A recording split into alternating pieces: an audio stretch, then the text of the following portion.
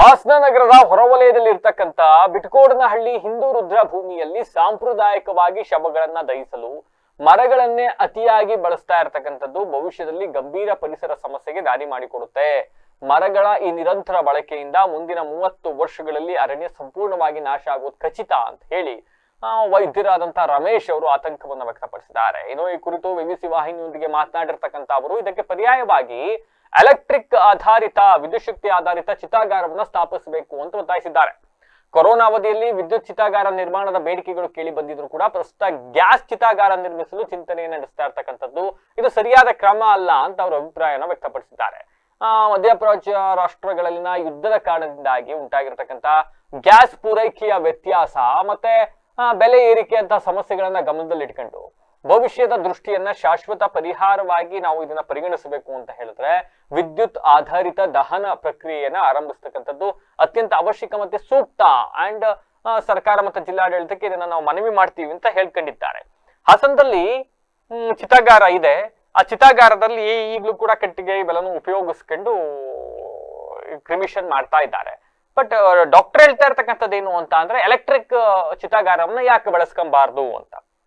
ಈಗ ಸದ್ಯ ಹಾಸನದಲ್ಲಿ ಗ್ಯಾಸ್ ನ ಬಳಸಿ ಚಿತಾಗಾರವನ್ನ ಕ್ರಿಮಿಷನ್ ಮಾಡ್ತಕ್ಕಂಥ ಪ್ರಕ್ರಿಯೆಗೇನೋ ಟೆಂಡರ್ ಕರೆಯಲಾಗಿದೆ ಅಂತಕ್ಕಂಥ ಮಾಹಿತಿ. ಏನಾಗುತ್ತೆ, ಈ ಹಿಂದೆ 20-30 ವರ್ಷಗಳ ಹಿಂದೆ ಈ ಬಗ್ಗೆ ಒಂದು ಅಧ್ಯಯನ ನಡೀತದೆ. ಆ ಅಧ್ಯಯನ ನಡೆದ ಸಂದರ್ಭದಲ್ಲಿ ಎಲೆಕ್ಟ್ರಿಕ್ ಚಿತಾಗಾರವನ್ನ ಮಾಡಿದ್ಬಿಟ್ರೆ ಒಂದೇ ಬಾರಿಗೆ 20-30 ಶವಗಳು ಬೇಕಾಗುತ್ತೆ ಅದನ್ನ ಸುಡೋದಕ್ಕೆ. ಯಾಕೆಂದ್ರೆ ಒಂದ್ಸಲಿ ಅದನ್ನ ಆನ್ ಮಾಡಿದ್ರೆ ಅದನ್ನ ಆಫ್ ಮಾಡಕ್ಕೆ ಅದನ್ನ ಯೂಸ್ ಮಾಡಕ್ಕೆ ಅಷ್ಟು ಶವಗಳು ಬೇಕಾಗುತ್ತೆ. ಹಾಸನದಲ್ಲಿ ಅಷ್ಟು ಸಿಗೋದಿಲ್ಲ ಒಂದ್ ದಿವಸಕ್ಕೆ. ಹಂಗಾಗಿ ವಿದ್ಯುತ್ ಚಿತಾಗಾರ ಮಾಡಕ್ಕಾಗೋದಿಲ್ಲ ಅಂತಕ್ಕಂಥ ಒಂದು ವರದಿಯನ್ನ ಕೊಟ್ಟಿದ್ರಂತೆ. ಬಟ್ 20 ವರ್ಷಕ್ಕೆ ಸಾಕಷ್ಟು ಸಾಕಷ್ಟು ಸಾಕಷ್ಟು ಬದಲಾವಣೆಗಳಾಗೋಗಿದ್ದಾವೆ ಜಗತ್ತಿನಲ್ಲಿ. ಇವತ್ತು ಕೇವಲ ಒಂದೇ ಒಂದು ಶವವನ್ನ ವಿತಿನ್ ಮಿನಿಟ್ ನಲ್ಲಿ ಬರ್ನ್ ಮಾಡಬಹುದಾದಂತ ಆಧುನಿಕ ಯಂತ್ರೋಪಕರಣಗಳು ಕೂಡ ಬಂದಿದ್ದಾವೆ, ಅಳವಡಿಸ್ಕೊಬಹುದು. ಯಾವ್ದೋ 20 ವರ್ಷದ ಹಳೆ ವರದಿ ಇಟ್ಕೊಂಡ್ಬಿಟ್ಟು ಇವತ್ತು ಅದನ್ನೇ ಮಾಡ್ತೀವಿ ಅಂತ ಜಗತ್ರೆ ಇನ್ನೂ ಅದನ್ನೇ ಮಾಡ್ತೀವಿ ಅಂತ ಹೇಳ್ತಾ ಕೂತ್ರೆ ಗ್ಯಾಸ್ ಬಳಸಿ ಕ್ರಿಮಿಷನ್ ಮಾಡೋದೇನೋ ಮಾಡಕ್ ಹೊರಟಿದ್ದಾರಂತೆ. ಈ ಗ್ಯಾಸ್ ಸಿಗ್ತಾ ಇಲ್ಲ. ಸರ್ಕಾರ ಇನ್ನು ಗೃಹ ಬಳಕೆ ಅಂತೂ ಇಲ್ಲಿ ಕೊಡಕ್ಕಾಗೋದಿಲ್ಲ. ಸರ್ಕಾರ ಹೇಳ್ಬಿಟ್ರಿದೆ ಕ್ಲಿಯರ್ ಕಟ್ ಆಗಿ ಗೌರ್ಮೆಂಟ್ ಹಾಸ್ಟೆಲ್ಗಳು ಇಲ್ಲೆಲ್ಲ ಮೊದಲನೇ ಪ್ರಾಮುಖ್ಯತೆ ಕೊಟ್ಟು ಗ್ಯಾಸ್ನ ಪೂರೈಕೆ ಮಾಡಿ ಅಂತ. ನೀವು ನಾಳೆ ದಿವಸ ಗ್ಯಾಸ್ ಇಲ್ಲ ನಾವು ಎಣ ಸುಡಲ್ಲ ಅಂತ ಕೂತು ಬಿಟ್ರೆ ಬಾಡಿ ಇಟ್ಕೊಂಡು ಕಾಯ್ತಾ ಕೂರಕ್ಕಾಗುತ್ತಾ? ಯುದ್ಧ ಯಾವಾಗ ನಿಲ್ಲುತ್ತೆ ಅಂತ ನಾವು ಯುದ್ಧ ನಿಲ್ಲಿ ತಡ್ರಿ, ಗ್ಯಾಸ್ ಸಿಗ್ಲಿ ತಡ್ರಿ, ಆಮೇಲೆ ಸುಡ್ತೀವಿ ನಾವು ಅಂತ ಅಂದ್ರೆ ಶವನ ಮನೇಲಿ ಇಟ್ಕೊಂಡು ಕಾಯ್ತಾ ಕೂರಕ್ಕಾಗತ್ತಾ? ಯುದ್ಧ ಯಾವಾಗ ಮುಗಿಯುತ್ತೆ ಅಂತ. ಬದಲಾಗಿ ಆಧುನಿಕತೆಗೆ ತಕ್ಕಂತೆ ನಮ್ಮನ್ನ ನಾವು ಆಧುನಿಕತೆಗೆ ನಮ್ಮನ್ನ ನಾವು ಒಗ್ಗಿಸ್ಕೊಬೇಕು. AI ಟೆಕ್ನಾಲಜಿ ಇವತ್ತು ಇಂಪ್ರೂವ್ ಆಗಿ ಹೋಗಿದೆ. ಯಾವ ಲೆವೆಲ್ಗೆ ಹೋಗಿದ್ದೀವಿ. ಯಾವ್ದೋ 20 ವರ್ಷದ ಇಟ್ಕೊಂಡು ಕೂತ್ಕೊಂಡು ನೀವು ಇನ್ನೂ ಆಗಲ್ಲ ಅದನ್ನ ಅಂತ ಕೂತ್ರೆ ಇದು ಮುಟ್ಟಾಳ್ತನ ಅಧಿಕಾರಿಗಳದು. ವರದಿ ತಗೊಳ್ಳಿ, ಮತ್ತೊಂದ್ಸಲಿ ಇಸ್ ಇಟ್ ಪಾಸಿಬಲ್ ಕೇಳಿ ನೋಡಿ, ಎಲ್ಲೆಲ್ಲಿ ಮಾಡಿದ್ದಾರೆ ತಿಳ್ಕೊಳ್ಳಿ, ಒಂದು ಅಧ್ಯಯನ ಮಾಡಿ. ಯಾಕಾಗೋದಿಲ್ಲ? ಇಚ್ಛಾಶಕ್ತಿ ಇದ್ರೆ ಎಲ್ಲವೂ ಆಗುತ್ತೆ.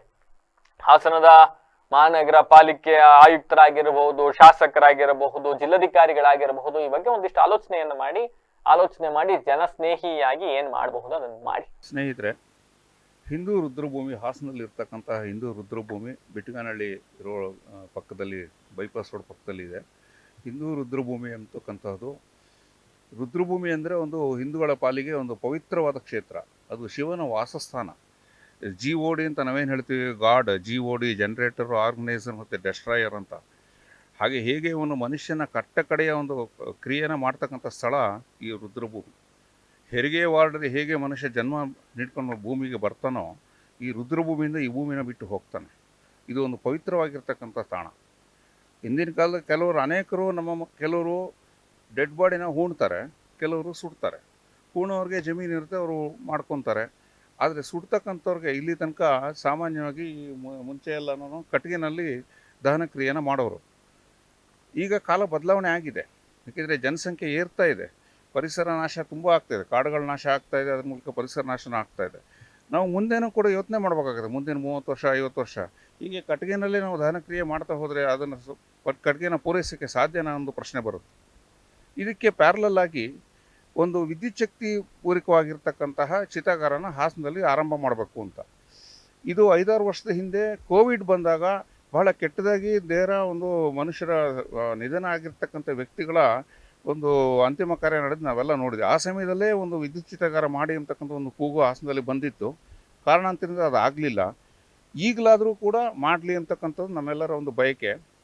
ಆದರೆ ಸುದ್ದಿ ಏನು ಬಂತಪ್ಪ ಅಂದರೆ ಗ್ಯಾಸ್ ಚಿತಾಗಾರ ಮಾಡ್ತಾರೆ ಅಂತ ಒಂದು ಸುದ್ದಿ ಬಂತು. ಆದರೆ ಇರಲಿ. ಆದರೆ ಈಗ ಮಧ್ಯಪ್ರಾಚ್ಯ ದೇಶ